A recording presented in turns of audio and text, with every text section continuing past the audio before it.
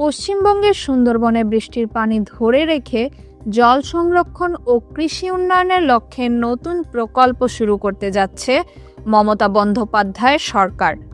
রাজ্য সংস্কারের পানি সম্পদ উন্নয়ন দপ্তর এ প্রকল্প বাস্তবায়নের দায়িত্ব পেয়েছে, যা বিশ্বব্যাংকের অনুমোদনও লাভ করেছে। এখন কেন্দ্রীয় সরকারের অনুমোদনের অপেক্ষায় রয়েছে এই প্রকল্প। এই প্রকল্পের মাধ্যমে সুন্দরবনের উত্তর ও দক্ষিণ 24 পরগনার 11টি ব্লকের 39টি দ্বীপে জল সংরক্ষণ ও কৃষিভিত্তিক উন্নয়ন কার্যক্রম পরিচালিত হবে।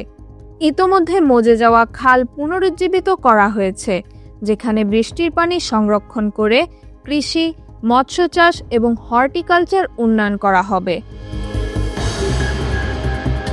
প্রকল্পটির মোট ব্যয় ধরা হয়েছে 4100 কোটি রুপি, যার 70% অর্থায়ন করবে বিশ্বব্যাংক এবং বাকি 30% রাজ্য সরকার বহন করবে।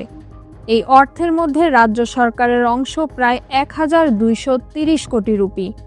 নেদারল্যান্ডসের একটি বিশেষজ্ঞ সংস্থাও এ প্রকল্প বাস্তবায়নে পরামর্শ দেবে। এ প্রকল্পের মাধ্যমে সুন্দরবনের প্রান্তিক জনগোষ্ঠীর সুপেয় পানির সংকট নিরসনের পাশাপাশি ম্যানগ্রোভ সংরক্ষণের উদ্যোগও নেওয়া হবে। প্রকল্পের সুবিধা পেতে সংশ্লিষ্টদের নাম সরকারিভাবে নথিভুক্ত করতে হবে বলে জানিয়েছে রাজ্য সরকার। অনুমোদন মিললেই প্রকল্পটি কার্যকর করা হবে। তাহমিনা